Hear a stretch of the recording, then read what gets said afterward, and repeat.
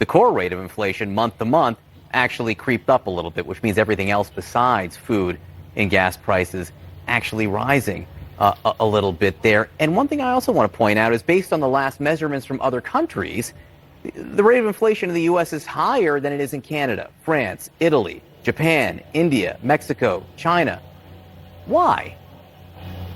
Well, here's a couple of things. I mean, first off, let's be clear. The bulk of the increases in prices last month were due to energy and food, and most of that was indeed due to energy. And so this is really the result of, the United States and countries everywhere coming out of a historic pandemic, where we have seen these ongoing challenges with supply chains, these fragile supply chains that businesses have created around the world that have made it difficult to get products to shelves in the time of this recovery from a pandemic.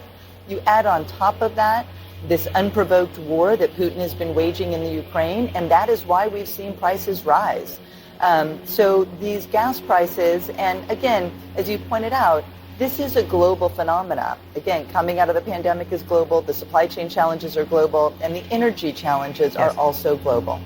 Absolutely. There's no question about that. But the countries I just listed that have lower year-to-year rates of inflation at last measurements, they've all been hit by the pandemic and by energy prices as well. And I'm just trying to understand why it's a higher rate of inflation here in the United States.